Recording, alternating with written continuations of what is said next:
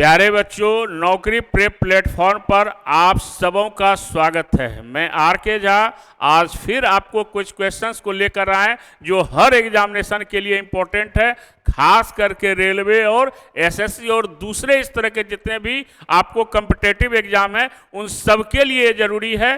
तो इस क्वेश्चन में आपको हम ये बताएंगे कि क्वेश्चन को कैसे हम सॉल्व करेंगे। और यहाँ पर एक चीज़ और ध्यान में रखना है, ये जो 4 पुस्तक दिखाई गई है आपको, किरण इंस्टीट्यूट ऑफ कैरियर एक्सेलेंस के नाम से ये पब्लिकेशन है, जिसको किरण पब्लिकेशन के नाम से भी जानते हैं, जो रेलवे के आपको हिंदी माध्यम और अंग्रेजी माध्यम के पुस्तक हैं, जिसमें बहुत सारे प्रश्नों को समावेश करते हुए उसको डिटेल एक्सप्लेनेशन दिया गया है। उसको आप जरूर बनाएं और उसका लाभ जरूर लें। और इन्हीं पुस्तकों से हमारा ये प्रश्न है जो आपको देखिए कितना आसानी से आप क्वेश्चन को सॉल्व कर सकते हैं। तो हर क्वेश्चन को सॉल्व करने के लिए उसका एक आपको इन्फॉर्मेशन आपको बेहतर मिलना चाहिए, ताकि आप किसी भी प्रश्न को अच्छे तरीके से आप उसको समझ सकें। तो आइए हम पहले क्वेश्चन से मुलाकात करते हैं। और ये पहला क्वेश्चन जो है ये आपका ब्लड रिलेशन का क्वेश्चन है। और ऐसे क्वेश्चन को बिना कलम चलाए हम कैसे सॉल्व करेंगे, इसी टेक्निक को सीखना है। अब जैसे ये आता है कि एक तस्वीर देखकर वंदना ने कहा वह मेरी नानी के एकमात्र पुत्र की बेटी की तरह दिखती है। वंदना अपने का जिक्र कर किस रिलेशन का जिक्र कर रही है।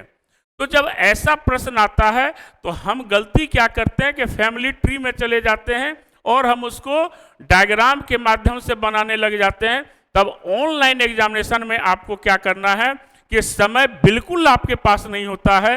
तो ऐसे प्रश्न को कभी भी हम डायग्रामेटिक अप्रोच के साथ अगर बनाएंगे तो मेरा टाइम कंज्यूम ज़्यादा होगा। तो प्रयास ये करना है कि हमारा क्वेश्चन जो है बिना कलम चलाए कैसे सॉल्व होता है, इसी को ध्यान में रखेंगे।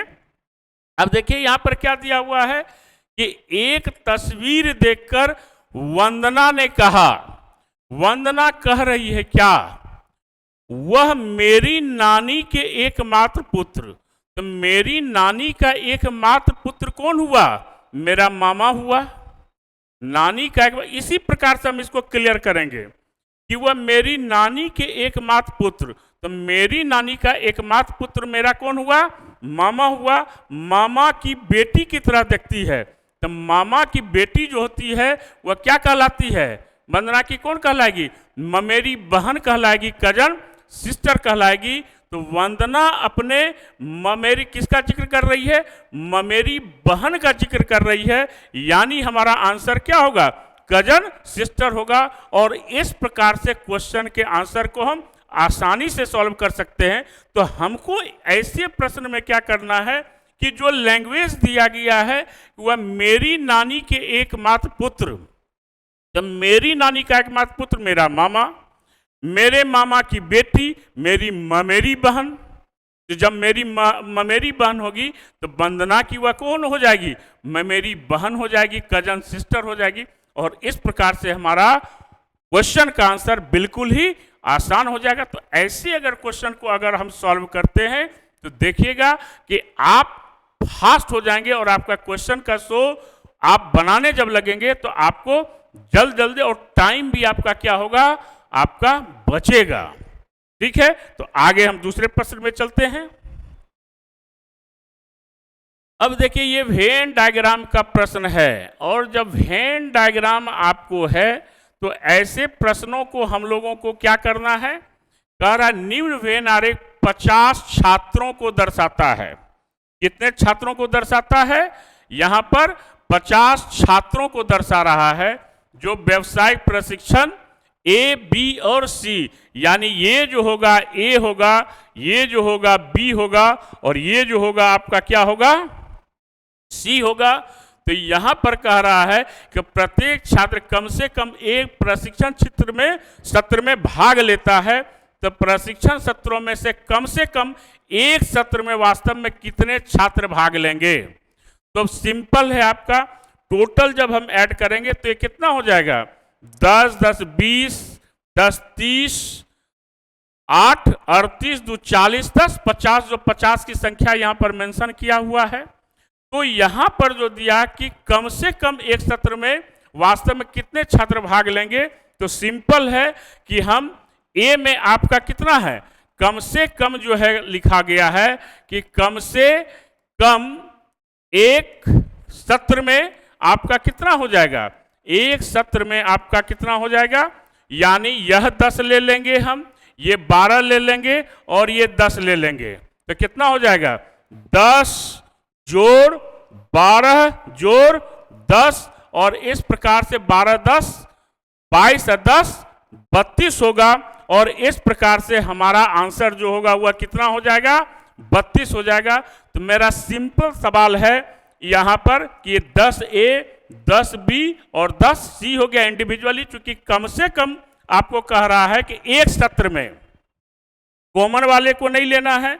इसमें आपका 12 हो गया, B में A में 10 और C में 10, तो तीनों को अगर जोड़ देंगे तो मेरा कितना आ जाएगा 32 हो जाएगा और यही हमारा क्या हो जाएगा आंसर हो जाएगा।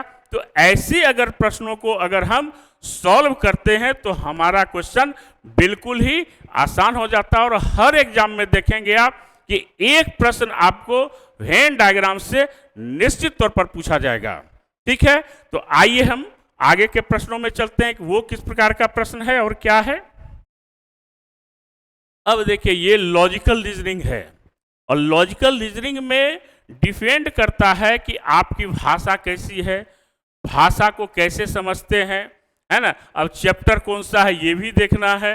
तो यहाँ पर जो दिया गया है आपको क्या दिया गया है कि एक स्टेटमेंट है और ये अवधारणा है कि आपने अवधारणा जो बनाया है, जो आपके मन में विचार आया है, आप उससे को किस प्रकार से उस स्टेटमेंट को आप एनालिसिस करते हैं ये निर्भर करता है। तो यहाँ पर जैसे दिया गया है, आपको क्या दिया गया है कि प्रबंधक ने कार्य अवधि के दौरान लंबी व्यक्तिगत कॉल न करने का अनुरोध किया है। तो जब आप किसी ऑर्गेनाइजेशन में काम कर रहे होते हैं और वो अगर उसके जो सुपर बॉस हैं या जो आपके सीनियर हैं, अगर वो अपने कर्मचारियों को अगर किसी प्रकार का वो सलाह देते हैं तो निश्चित तौर पर ऐसी मान्यता है और ऐसा मान कर चलते हैं कि हम उनके अनुरोध का क्या करेंगे, हम पालन करेंगे। एजम्पशन यही है। अगर ऐसा नहीं होता तो हम अगले से अनुरोध करेंगे ही नहीं, अगर हमको ये पता हो जाए कि हमारी बात को नहीं मानी जाएगी। और आप प्रैक्टिकली भी सोचिए कि आप अगर किसी को सलाह देते हैं या कोई इंस्ट्रक्शन देते हैं या कोई नोटिस होता है तो आप यह सोच कर देते हैं कि हमारी बातों को मानी जाएगी, तभी आप जो है इस प्रकार का क्या करते हैं, आप अनुरोध करते हैं। तो यहाँ पर क्या कहा गया है, प्रबंधक ने कार्यावधि के दौरान, कार्यावधि यानी the manager requested not to make long personal calls during working hours, यानी आप जो है अगर काम कर रहे हैं ऑफिस में तो आपको कहा है कि व्यक्तिगत जो पर्सनल लेवल पर आप कॉल करते हैं उसको न करने का आपसे रिक्वेस्ट किया है। तो निश्चित तौर पर अधिकांश कर्मचारी प्रबंधक के अनुरोध का पालन करेंगे, बिल्कुल करेंगे। इंस्ट्रक्शन इसीलिए होता है कि आप उनका क्या कीजिए, पालन कीजिए। तो पहला निश्चित तौर पर होगा। तो यहाँ पर कहा कि अधिकांश कर्मचारी कार्यावधि के दौरान लंबी व्यक्तिगत कॉल करना जारी रखेंगे। ऐसा कभी नहीं हो सकता है कि इंस्ट्रक्शन के बावजूद भी कर्मचारी उसका पालन ना करें, तो ये कभी हो नहीं सकता है। इसलिए आंसर क्या होगा, केवल अवधारणा एक पालन करती है। तो यही हमारा आंसर होगा। तो लॉजिकल प्रश्न को बनाने के लिए हमेशा ध्यान में रखना है कि हम वैसे प्रश्नों को बनाने से पहले उसके थीम को, उसकी भाषा को और हमको क्या करना है। एजम्पशंस का मतलब क्या होता है, hidden part of the statement, यानी जो छिपी हुई बातें हैं, जो आपके मन में विचार आ रहा है, जो आप कहना चाह रहे हैं, उसी को हम क्या कहते हैं, आपका इम्प्लीकेशन कहते हैं। इम्प्लिसिट वर्ड से इम्प्लीकेशन बना एजम्पशन, यानी अनुमान करना। ठीक है, तो चलिए, तो इस प्रश्न का आंसर आपका केवल 1 होगा। अगला प्रश्न की ओर। अब ये देखिए प्रश्न है कि दी गई आकृतियों में से अन्यों से भिन्न आकृति का चयन करें। और ये क्वेश्चन देखेगा नॉन वर्बल में हमेशा आपको देगा ऑड में नाउट। अब यहाँ पर सारा अल्फाबेट का लेटर है, तो हमारा दिमाग कहाँ जाता है कि ये 20वां लेटर है, ये 12वां लेटर है, ये 22वां लेटर है और ये 5वां लेटर है। तो अगर वर्बल के रीजनिंग में अगर हम आएंगे कॉमन सेंस में, तो उसमें भी आंसर आपका क्या होगा, ई होगा, चूंकि ऑड नंबर लेटर है।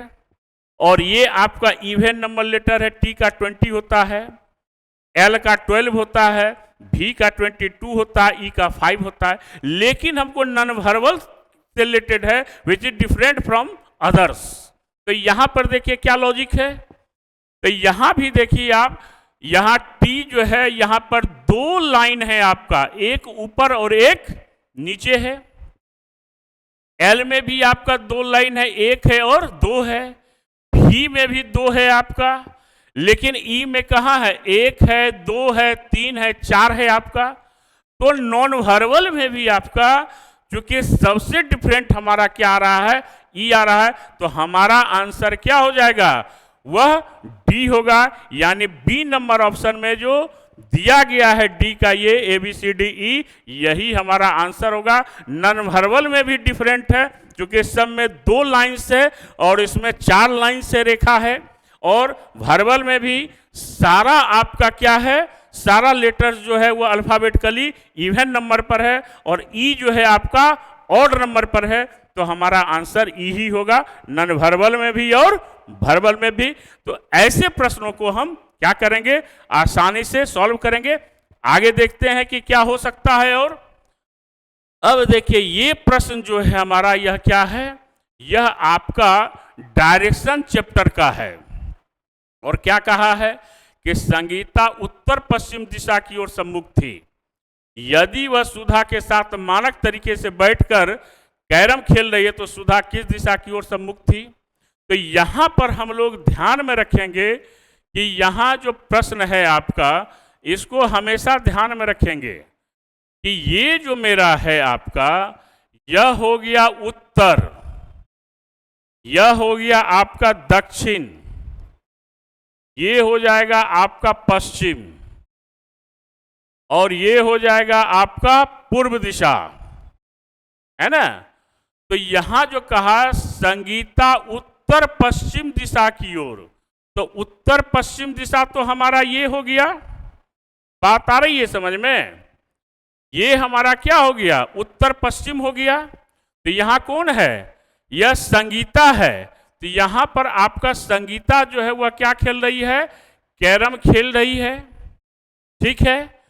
तो कह रहा है कि यदि वह सुधा के साथ मानक तरीके से बैठकर कैरम खेल रही है, तो हमेशा जब कैरम खेला जाता है तो जो आमने सामने होता है वही एक दूसरे का प्रतिद्वंदी होता है।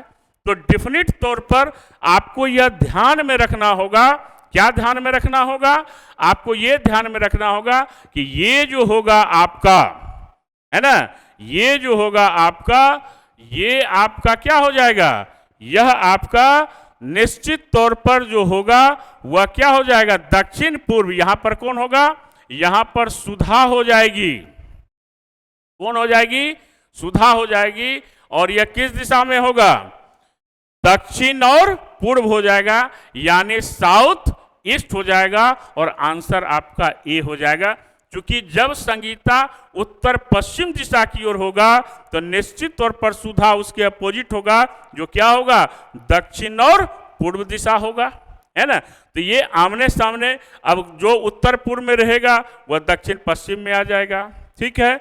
अगर यह उत्तर पश्चिम में है तो यह दक्षिण पूर्व में उसका अपोजिट हो जाएगा।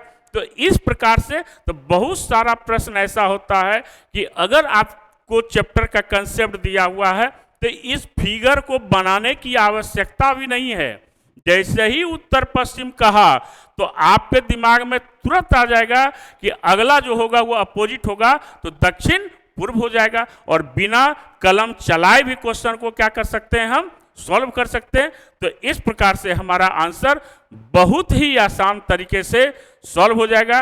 तो ऐसे ही प्रश्नों को हम लोग सॉल्व करते रहेंगे तो हम समझते हैं कि कंसेप्ट के साथ साथ आपका हर प्रश्न जो है आपका सॉल्व होते जाएगा। तो नौकरी प्रेप प्लेटफॉर्म पर लगातार हम प्रश्नों को लेकर आते रहेंगे और आपको एक से एक प्रश्न से आपको आंसर के साथ रूबरू कराएंगे। और आपसे यही कहना है कि आप हमेशा इस चैनल को लाइक कीजिए, सब्सक्राइब कीजिए और आप प्यारा सा कमेंट दें, ताकि हम भी दोगुने उत्साह के साथ आपका हम खैर मकदम करें। और यह आपसे गुजारिश रहेगा कि आप जरूर देखें, ताकि आपको ज़्यादा से ज़्यादा लोभ हो सके और किरण पब्लिकेशन की जो भी बुक आती है उसको आप पढ़ें, ताकि आपका कंसेप्ट ज़्यादा से ज़्यादा क्लियर हो सके। तो फिर अगले क्लास में कुछ नए प्रश्नों के साथ आपके साथ मुलाकात होगी। Thank you. जय हिंद।